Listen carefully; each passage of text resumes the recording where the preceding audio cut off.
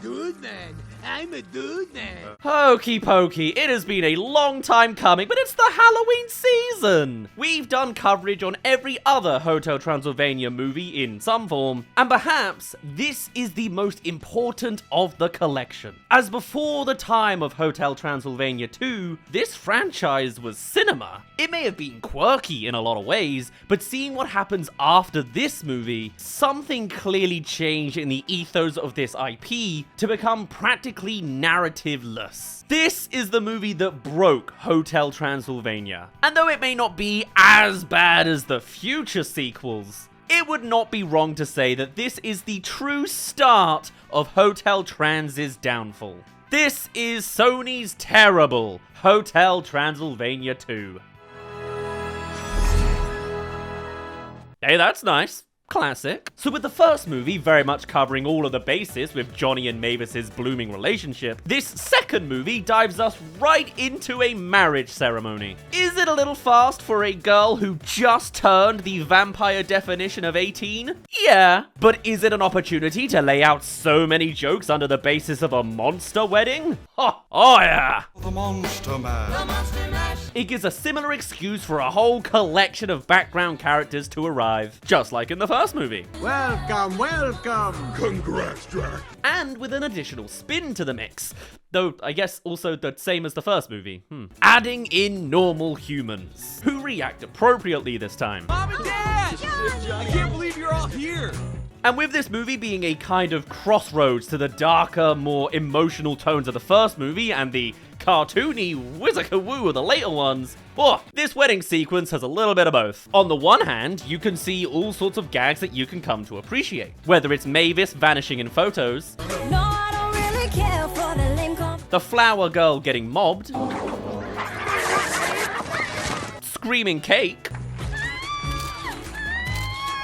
or the role reversal of a monster finding a human to be ugly.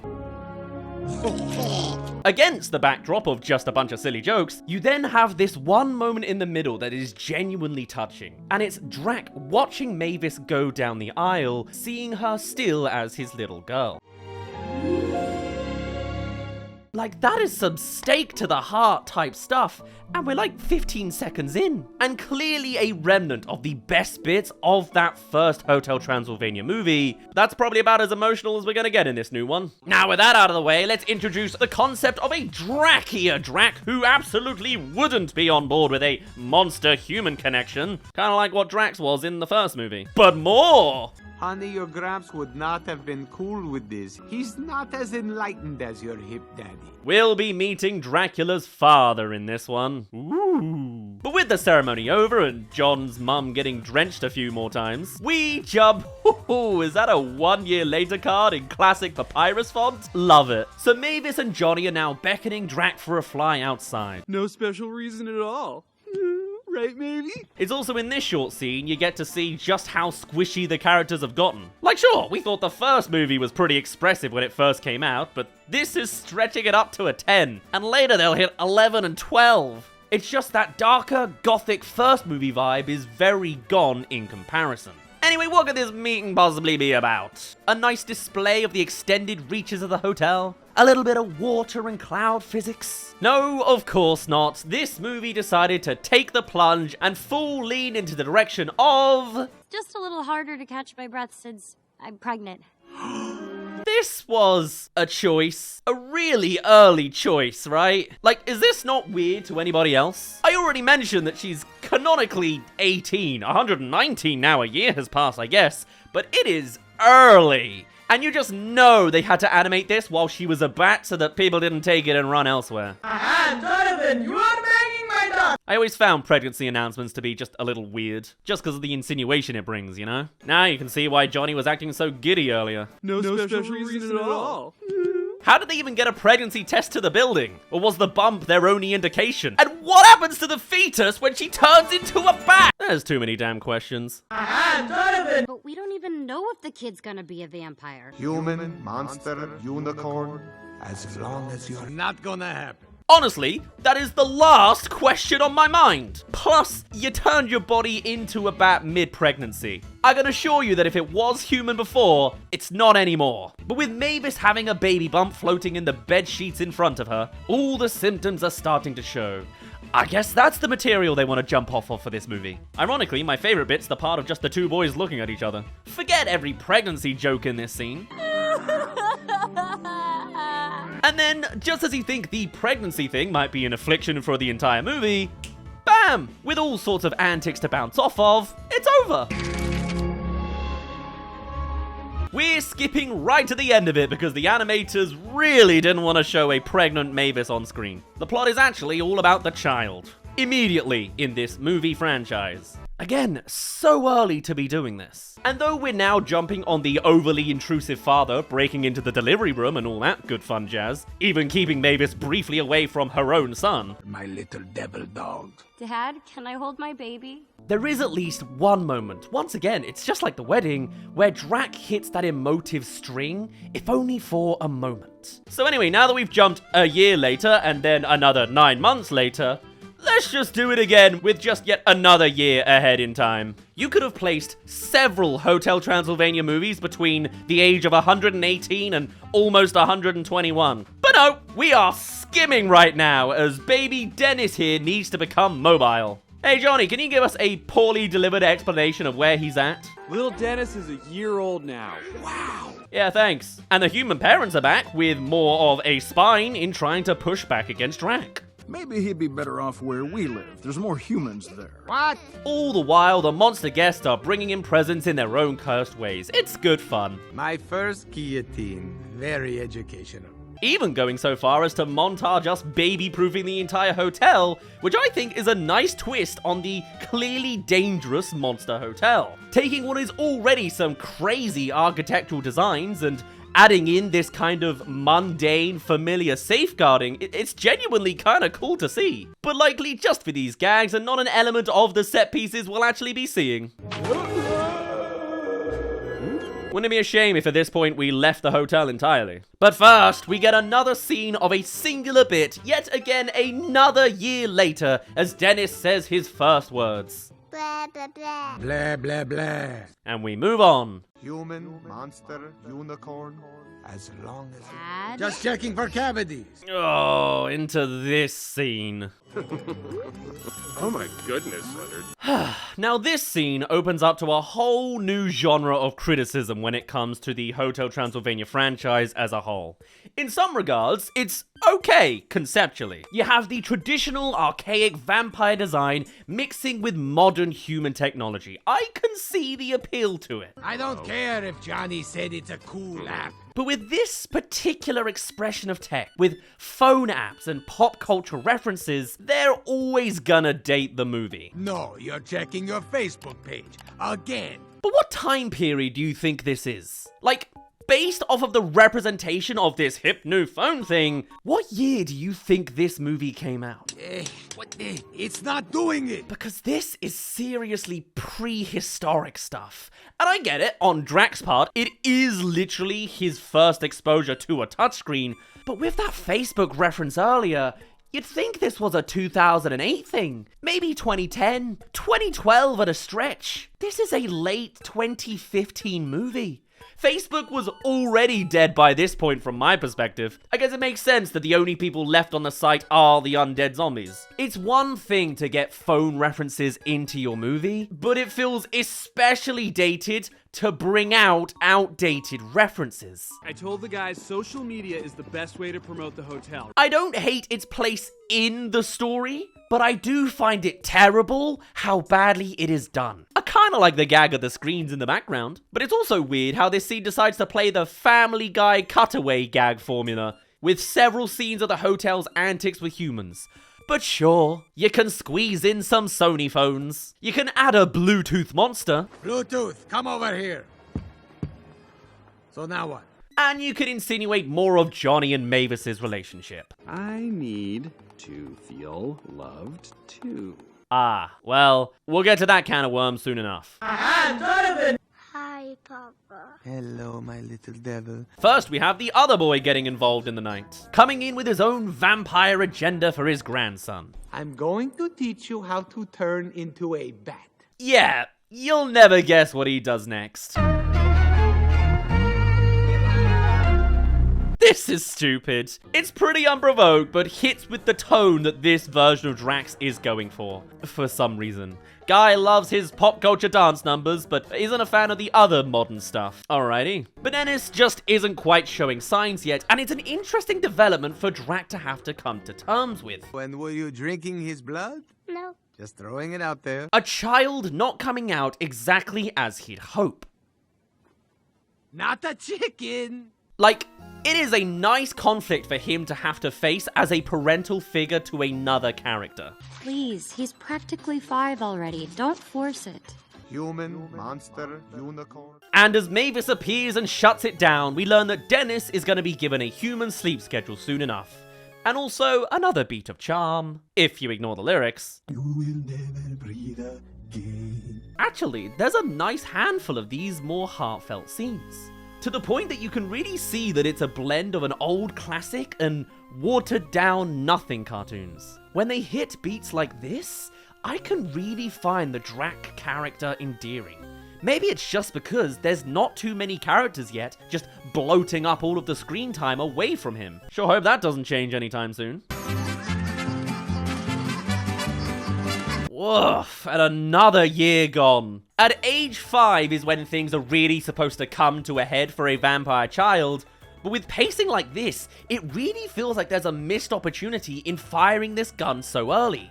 5 years of Hotel Transylvania antics would be plenty for all sorts of franchise scenarios. To then go into the child 5-year time skip when all of that has died down, you know? With spacing like this, it feels very much like life became mundane and samey immediately after the events of the first movie, which makes it particularly strange to imagine there were 2 other sequels after this. Like, in the timeline of their lives, does it not seem strange that these characters met, nothing of note happened for 5 years, and then we had these big event movies happening all close to each other only after those 5 years? Not a single extra character joined the ensemble in that gap?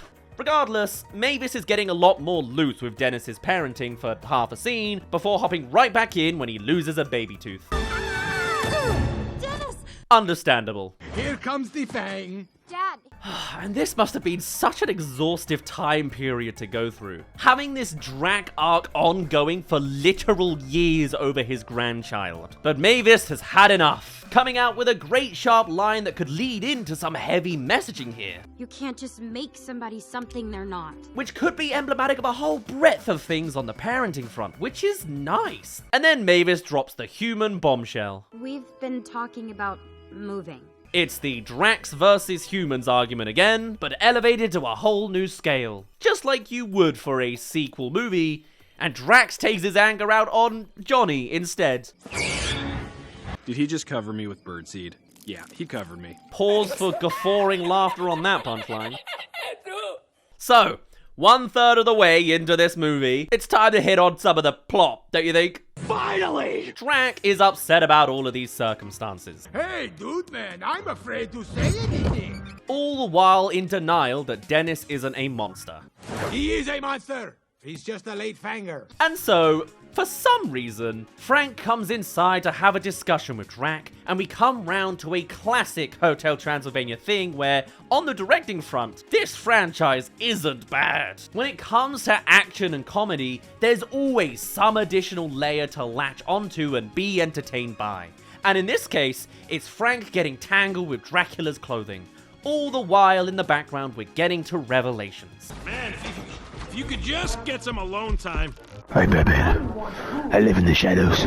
This is probably the most plot-heavy scene so far in regards to planning and exposition, and yet it's practically buried in antics first. A good and a bad. A double-edged sword. Very much the case that this movie is not taking its story all too seriously, as it will only continue to do from here. But the plan is set. Give Johnny and Mavis some time alone as Johnny wishes, and get alone time with Dennis to convert him into a monster. Teach him how to be a monster.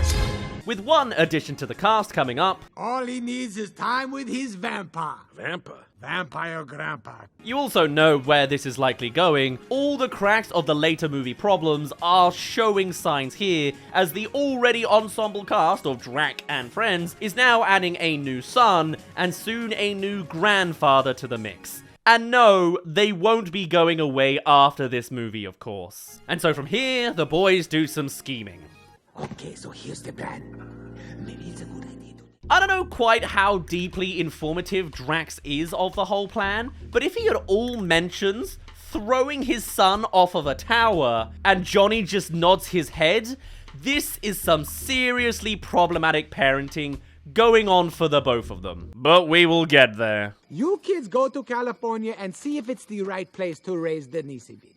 And so they're heading off, with all the classic lines you can think of. Strange to imagine this hasn't happened in over 5 years already, but I guess it's possible. Just keep her distracted and happy, but not too happy. But then when we come here, it just starts to reach that uncomfortable conversation of, this is just manipulative on both of their parts. The idea is for Mavis to spend the entirety of this movie's runtime distracted away whilst ulterior motives are at play. And Johnny, as the husband to his wife and father to his child, just nods it all away. He could be more content and genuinely involved on the idea of being alone with Mavis, but with the specific rules of not keeping her too happy, it just comes off as slimy. And honestly tragic for her to be attached to somebody who can throw away her desires like that on a whim and shackle her to an isolated castle where she will literally be manipulated to never leave.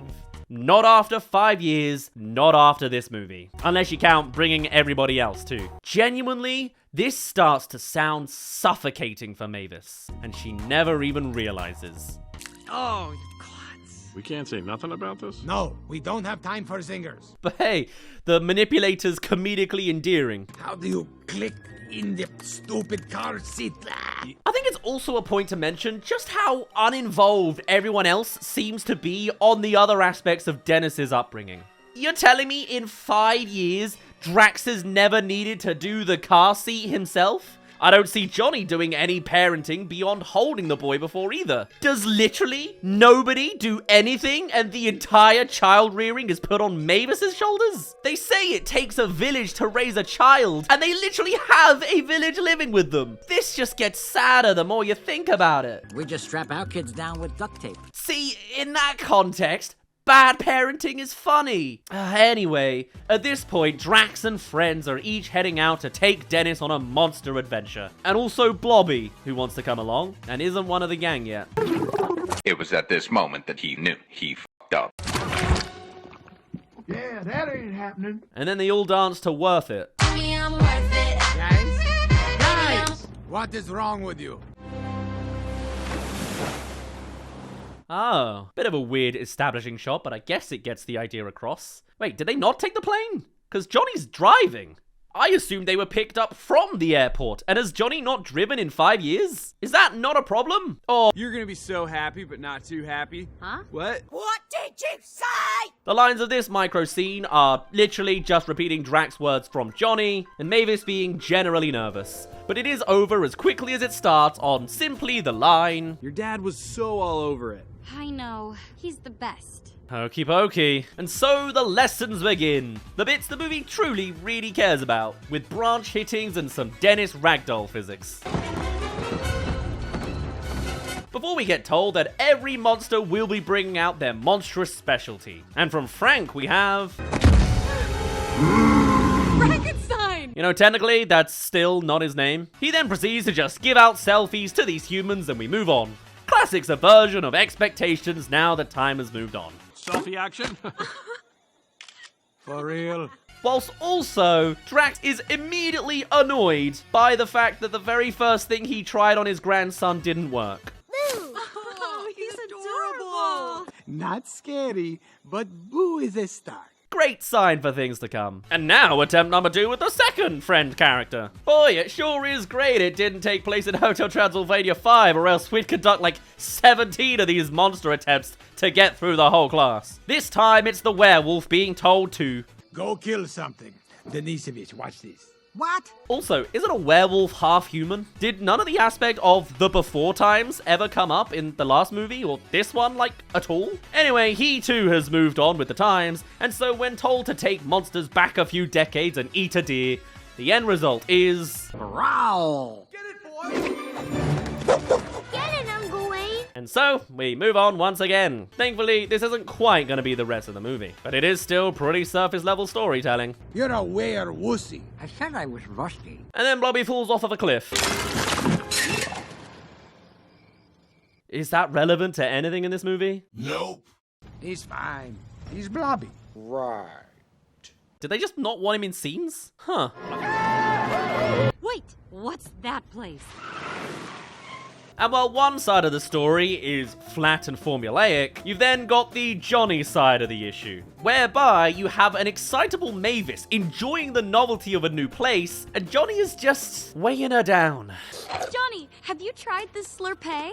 I don't know if we have time. And like, what's his problem, man? It's like he really took the ethos of don't let her be too happy to heart and is just holding her back. From his perspective, this is everything he logically should be wanting. He now has alone time with Mavis. He's able to showcase a new place, which was very much his deal from before his time at the hotel.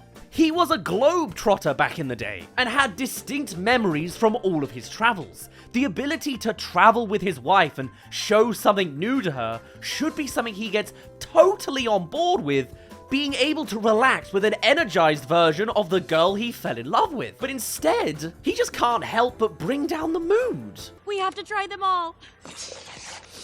What? If it's because he wanted a more romantic setting with Mavis instead, I'm sure it's something that could be communicated and accommodated for, but instead, we just get this unfortunate layout of more manipulative behavior. As if Mavis doesn't get the freedom to let loose and be happy after 5 years of solo child rearing, it seems. At least the shopkeeper gets on her level. Hello, world. Oh, oops, sorry, I forgot. There's room for a third scene now of Monster Can't Monster No More. Sandstorm? It's been a while. And I like how every friend is surprised to be given this prompt, as if this hasn't been their entire activity for the last hour. But hey, it is some nice animation that they put on the guy. Completely unshackled to gravity just to do some nice visual things. So, how did he ruin this one? Ow! My back. Alright, that'll do. Hey Drac, how about you pull somebody else's nipples in anger? How cute! There you go. Wait, why was he topless? Wait, stop at that playground. Holy rabies. This looks like a blast. On to another novelty for Mavis. But hey, it's nice that Johnny is more on board now. Check it out. Oh yeah. Maybe this movie can start turning things around, as Johnny starts to do a little more good for Mavis' sake rather than pandering to the problematic father. And despite trying to talk Mavis down a little bit, I don't know, maybe. This can be pretty dangerous if you don't know what you're doing. he lets her express herself, and it goes beyond fantastically. We rolled in, good times. At first, this seems absolutely absurd until you remember she can literally just fly and take the bike with her. Not quite sure how she's immune to electrical currents though. I guess the tires are rubber, but... That's my girlfriend, suckers. Your wife, Johnny. Even better. Sounds harmless. That's relatively new info to us. But they've been married 5 years at this point. Almost 6. Yikes. Anyway, now that Johnny has let loose, it's time for him to be punished for it. Great message from the writers there. What an awesome place to raise a kid. Oh, to raise a kid. Because nothing could be worse than your spouse being excited about a new prospect and coming to their own conclusion. Best to manipulate them to never reach that conclusion in the first place. I'm gonna check on Dennis, okay? Anyway, back to Drax and the gang. Still in that same damn car again. Man, they must have saved some real money sticking to the same set piece again and again. Now coming at us with multiple other cutaway gags of monsters doing their thing. Watch me, you're not watching. Here we go. It's pretty one track. Each scene is basically a singular joke and that's it. And then Mavis calls in the middle of it, leading to just about what you'd expect. I'm Sunglasses Man to the rescue! Okay. Faintly nice that you can use the Invisible Man to make the baby fly. That's about it. And with Mavis seemingly enthusiastic, well, that can only mean one thing. See that? She said she was having fun. Johnny's blowing it. She said she was having fun. Johnny's blowing it. How horrible. His daughter seems to be having a good time. What a disaster. I gotta fix this kid now. Human, monster. Are we almost there or what? It's funny. I was expecting this movie to be kind of the middle ground between a classic and a terrible movie, with it being closest to the original. But no, I think somehow it's managing to be the most terrible of the bunch. Because while later on it gets all the more watered down and surface level, here it feels genuinely malicious in the way that these characters are written and how they behave. Actually a bastardization of their original concepts, and horrendously outdated on rewatch like this. And now from one same car scene to another same car scene, can't even transition to another location this time, we have one last chat with Dennis and Drac talking about romance. Papa Drac, you miss Grandma? Actually bringing Dracula's late wife up briefly and talking about a zing, but not at all with the same weight as the original. Maybe that's asking too much considering this is a chat with a 5-year-old. Instead, Drac turns around and teases him with, You can't just be friends with a cute hairy number like Winnie. getting in there early that other parenting trope of forcing romance between your kids because a girl could never only be friends with a boy. Bit of a skip of a scene, but telling us that Dennis likes Winnie, the wolf girl. And then finally, we arrive somewhere. And I don't know, something about the vibes of this place just seems a little off to me. How you doing, folks? I'm Dana, the director. Yeah, I hate this guy. No, but really, the whole gag around this place is that kind of condescending tone of, kids today have it too soft. Look, everything's protected with safety and regulations. Ugh! And like, sure, for literal vampires, you can get that this is a bit much. Had to scale it down. Insurance. But also, I just find this icky, we had it better back then vibe just kind of weird. In the context of the story, it's fine, but if this is a message to reach the real world, it's just a bit malicious again. Whilst at the same time, they play absurd in both directions. Like, it makes sense that this thing was decommissioned. Hey there, thank you for making it to the halfway mark of this video. Come along and subscribe if you haven't already. And then we'll get back to the second half of the terrible Hotel Transylvania 2. Like, it makes sense that this thing was decommissioned. I just don't get a read on whether the filmmakers are parodying this outlook on life or genuinely presenting it. Hokey pokey. Hokey pokey. Well, gosh, welcome you two. Hey, gang. But now it's time to see the human side of the family. They have normal furniture in a smallish house. And of course, a very Halloween-y approach to decorations. I've set up your bedroom. Just like Transylvania. It's charming in its own little way, though I can't say I recall remembering much details about these parent characters, and it's probably because not all that impressionable. One is very deadpan, the other is... You know, we have a couple of mixed families in the neighborhoods. Oh, yeah, I mean, I guess you can extrapolate the monster-human thing into that kind of thing. Seems a bit blunt to just lay it all out like that, and it doesn't lead to commentary or anything. Paul, who's a werewolf. I am not a werewolf. You know, if the Hotel Transylvania 3 version of me saw this, he would be pissed. I cannot fathom how much some corner of the internet loved that. Is this just a hipster punchline? Is it a meta dunk on nerdy critics on the first movie? I feel like there's something malicious going on here too. Like, this is warped to look like a certain person, but I was certainly out of the firing range back in 2015. I hadn't grown any beard yet. Look at this disgusting thing from that time. Whilst at the same time, this guy is kind of like this guy. So even the impact of making fun of someone's looks with these characters is diminished from featuring both of these characters, and so close together. But hey, what more can you expect? This movie has already been given its badge of terrible quality, and we're just about halfway through. A halfway mark somewhere around here. Vampires will be friends back to the campsite now, and if we're not dunking on bearded people, we're dunking on softies instead, with all the more newfangled ideas that Drax doesn't agree with. And with the assets already established, you know exactly where this is going instead. We're going. What? Where?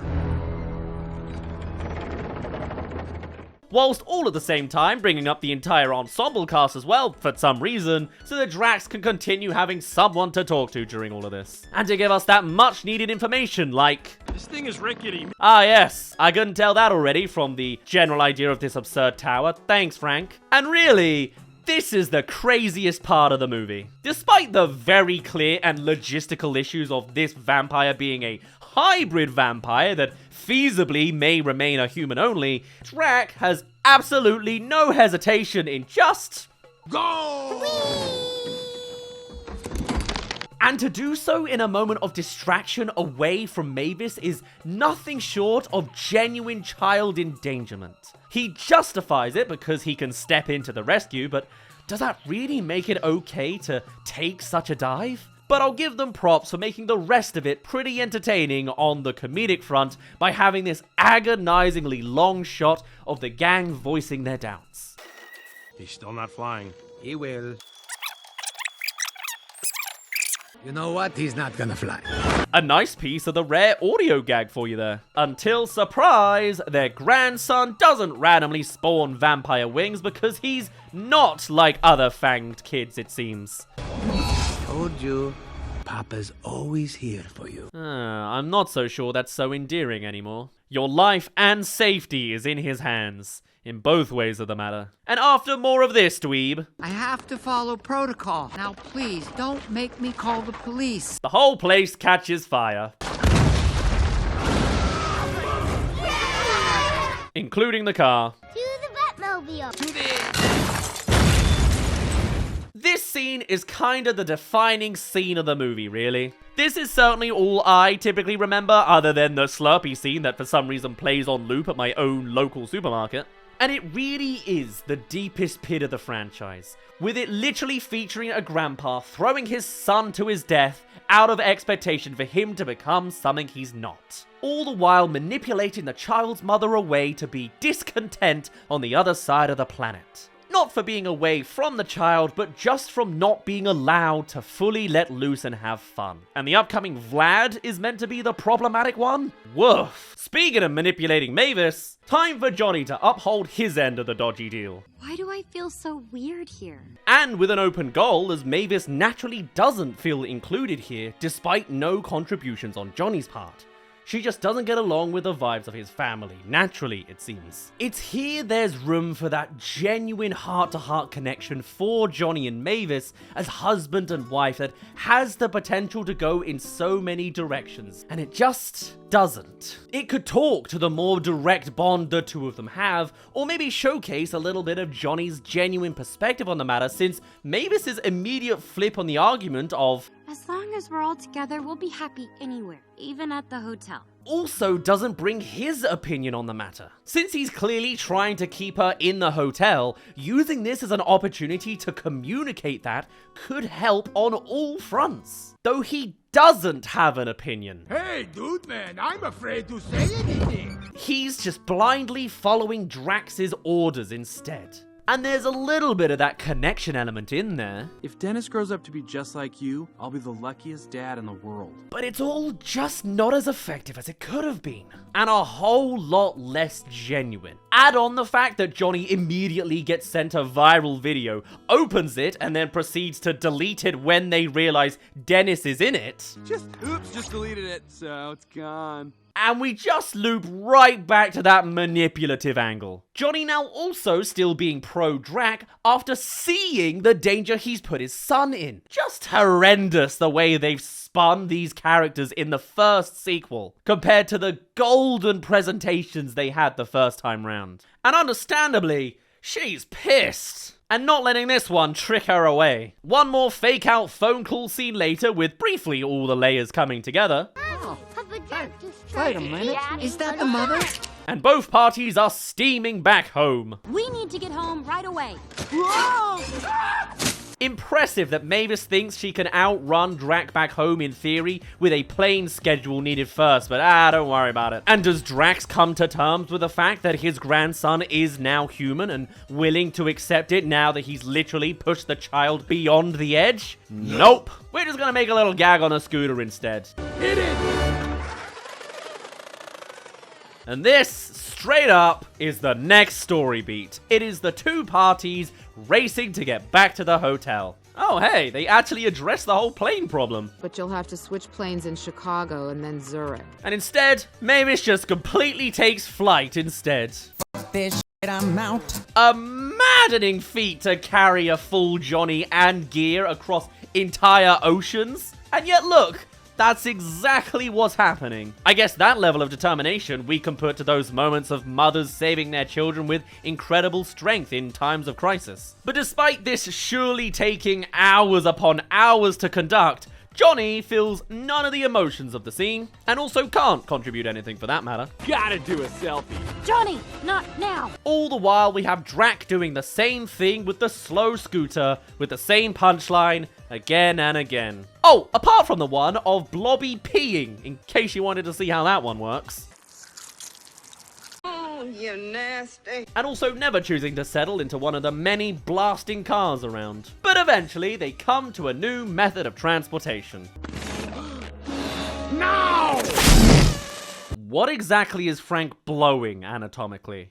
And now they can scatterfly their way straight home with some perfect cartoon luck logic. It's here we attempt to play into another moment for the family, whilst Murray the mummy is strung from the back. You have Drac holding Dennis up so he can fly. And it faintly looks like it's meant to be an emotive scene, but it's really not what it could have been. Again. Look at you go! I don't know exactly what I'm asking for here, but a hint of introspection could have been nice. Imagine if you had this shot from Drac's view looking up at his human grandson, flying against the skies and coming to terms with the fact that this is all he will ever be, human. And whether with acceptance or with disappointment in his face, we cut to Drac just looking up at his son for a moment. It could be a genuine silent character moment for him. But no, it is surface level flying fun. And just like that, both teams arrive at the hotel at the same time. Timeline of events be damned. Give me my son. Oh, finally. This is a scene that could really hit hard, as it finally addresses the problems at the center of this movie. Because it's true that this is such a betrayal of trust on Drax's part. And then they throw the meme at you. I saw. Wiggle, wiggle, wiggle. Always weird when movies try to emulate memes. A cliche the moment a phone is established. In universe, but sure, it gets the point across. Now I don't even feel like he's safe around you. It's a shame that Mavis never acknowledges Johnny's side to this, as he too was a contributor just as much as everybody else. But nonetheless, she's made her decision of moving. Human, monster, that it didn't matter. And we wrap up what could be a gut-punching conflict scene with yet another undercooked piece of dialogue. But I don't think you've let them into your heart. I don't really think this is the mighty kick this movie thinks that it is. Is this really the problem? That Drac won't let a human into his heart? What was all of the last movie then? Remember that scene of Drac and Johnny starting to have fun together with the flying tables? I feel like that very much reflects him successfully letting a human into his heart. More so than just accepting them to his hotel or to Mavis. Maybe they just didn't want to use the family word and say he wouldn't accept a human relative, since that can be a little close to reality, but the end result is just another flat expression from a pretty problematic narrative. While I've been complaining all sorts about Drac, it's a real bastardization that Johnny becomes completely soulless in his personality here. And it's funny, Johnny's child is able to vocalize more of his personal opinions than Johnny does. But what about Papa Drac? He's gonna be here all alone. The fact that the only counterpoint comes from the child as well is so shameful. But hey, he's endearing at the least. I'm back. Dennis? Huh? Cut to a dinner table meet with Johnny's side of the family, extended and all, over in Transylvania now. What? What year are we in now? People are just teleporting all over the place. Dude, why do you want to leave? This place is out of control. It's a meet before they move, but not the full meet because someone else has been invited. It's almost surprising how limited this movie has been at holding back new characters other than the full extended Johnny family line. Because don't forget, there's another mainstay who joins from this point on. The old great-grandfather mentioned ages ago. I invited him. You invited him? We are 1 hour and 1 minute into this 1 hour and 20-minute movie. And now, finally, with less than 20 minutes to spare, it's time for our introduction to... Good old Vlad. It may have all sorts of narrative flaws, but it also has pacing ones too. That being said, Vlad's throne looks awesome. And the glowing eyes genuinely brings a nice sense of intimidation. Until he comes into the light and starts talking, anyway. Holy rabies. But while visually it all seems quite nice, when you think about conceptually what's going on here, it's just doing a Dracula from the first movie. It's the big scary old vampire, but now we've learned he's soft. It's time for the bigger, scarier, older vampire, and he's not soft, until we see soon enough he is. What, is there another scale to even more archaic coming? Here's our sweet Peter. Actually, when I went to research Dracula's lineage, all I kept being said to was real connections to the royal family. So that's certainly something. It's at a hotel? Fancy. And he must have really not been in touch with his son, considering Drac's been hosting a hotel for over a century now. He shouldn't even know he has a daughter just yet. We faintly get the scares that he hates humans, but it seems more like a thing for his gargoyles. So now Drac, upon learning his father is coming, sets everyone up with a masquerade party to hide the fact they're human. My dad cannot know you're a human or any of your family. Literally just once again doing beats of the first Hotel Transylvania now. Wow. They were so out of ideas in the first sequel, it's honestly a surprise to see they managed another 2, and a couple TV shows as well. Sort of like a last hurrah before Dennis gets to be with normal people. God, there is some uncomfortable wordplay that this movie is not confident enough to make a statement on. Instead of Frankenstein, we have zombies. How original. That's about all there is for this scene, other than Dennis and Winnie having a moment again. Whatever. I'm not about to cry. Actually, at this point, we're about to get a collection of very small scenes. I guess that's what you get once everyone's in the same place, and it's all going down at this masquerade party in this final act. Hotel Transylvania. He said it! We get a lot of waffling before the main event, but let's just skip to the main bits. Where's my vamp son? Dark, dramatic, good. This movie then proceeds to have Vlad make a comment on each particular monster, and he must be old if he's not even heard of a mummy before. Yo, V. Talking toilet paper. Well, that's a new one. I mean, Egyptians were already described as ancient back in the Roman times, so this guy is eons old. I appreciate they acknowledge the Frankenstein thing. Actually, I'm technically Frankenstein's monster. And one realization later, eventually, we cool down with... Oh, he's a late fanger. Just like you. Well, there goes your final conflict. But they come to the conclusion of hopping onto one last try, with Vlad's plan being to scare the fangs into him by exploding something he loves. In this case, Cakey. Who here loves cake? A guy I've skipped past this entire movie, but he's a puppet monster guy. And instead of any real introspection or acceptance to what Dennis potentially is, Drac just resets once again and decides to go with the plan to convert his grandson because he still hasn't truly accepted him yet. That's your guy. And furthermore, if it all works out, then... If it works for Denisevich, boom, he's a vampire, and you all get to stay here. Time to see how this all plays out now that we've just reset again. Again, this is such a disappointing scene to have to go through at the very end of the movie, since there's been no real character growth from anybody compared to the last trial. It's just running the numbers again, now with a new character at the helm, and all sorts of complexities of character and communication are lost. You feeling anything? Any change? Is Kiki okay? There's no sense of remorse from Drac, no acknowledgement of accepting a human child, no thoughts for the child he's once again endangering, and Johnny's just letting it happen too. You don't eat cake.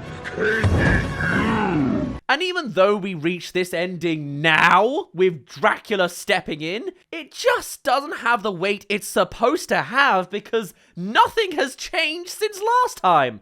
Oh, what? Falling from a tower for 2 minutes was fine, but at this possession we draw the line? It'd have been great if there was some character development in the background that leads to this decision from Dracula. But it just doesn't. He does it seemingly on a whim. He'll then go on to crappily exposite the plan to Mavis. It was my last attempt to make the boy a vampire so you'd stay. And only make communications all the worse as Mavis is now going to attack him and Johnny for even trying, despite the fact that Drac had stepped in to stop it. This could have been the chance for some accountability here. But no! None of that in any part of this movie. Not even gonna get mad at Vlad himself for doing it? What, is it because that's just expected from his generation from the year 2? All of this on so many fronts is just so poorly put together.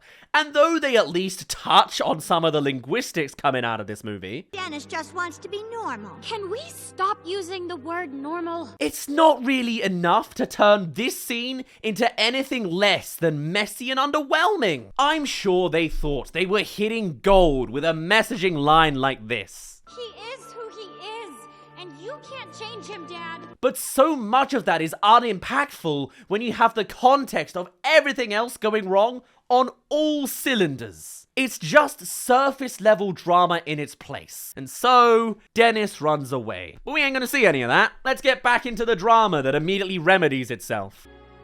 Oh, Daddy. What? So much for all of that then, I guess? This came through because Vlad finally learns that all the humans are humans. You think we're monsters? Did they have to pose like that? It unfortunately looks like, yeah, we're proud to be white, but okay. And instead of killing and eating the humans, the super ancient vampire just berates Drax slightly, and that's about it. Why don't you just put a stake through my heart? So when he calls him out with, If you can't give him the love he deserves, then you're the fool.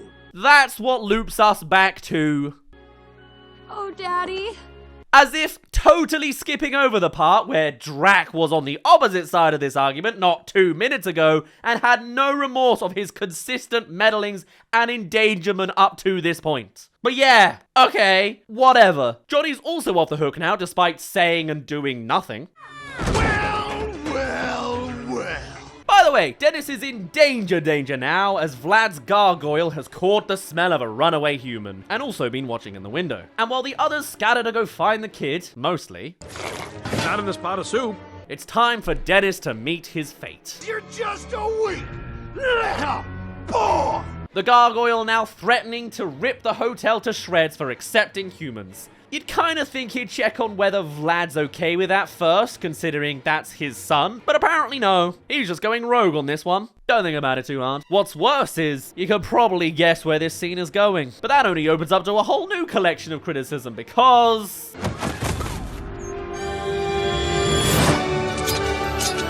well, there it is. The single defining moment that totally takes the wind out of any sails in this movie's emotional development. In times of stress, a hybrid vampire could, in these circumstances, be awakened, blah blah blah. But we didn't really need to have a life-threatening scene like this. We didn't need a superhero ending to this movie. And can you imagine how much more impactful this movie could have been if Dennis never actually became a vampire? Just a human boy, a human grandson. that Drac would have to emotionally connect with and accept, as had seemingly been the message throughout this entire movie's runtime. By having the boy grow his fangs in the end eventually, it completely validates Drac's actions up to this point, as if to insinuate he was at least right to try. And that's so devastating. Also, how did the bat servant, apparently called Bella, smell humans here if Dennis is a vampire? Presumably, he would have been the same species since birth and wasn't only just showing signs at 5. So Bella shouldn't have been smelling him at all, really. Why does he smell like a human if he's not? Now, by taking away the accepting your son for what they are element this entire scene had going for it, it's time for a superhero rescue instead, as all the other gargoyle things are awakened back at the cave, and we have a massive fight on our hands. All of it, in a lot of ways, is quite shameless, to be honest. Like, we just full pivot towards this now for most of the last 6 minutes. There's been no other real connection to fighting, and the fact that Dennis immediately can do all the vampire things is just another pacing waste, as that could have been an entire other movie, but nope, watch him use every power seamlessly from here.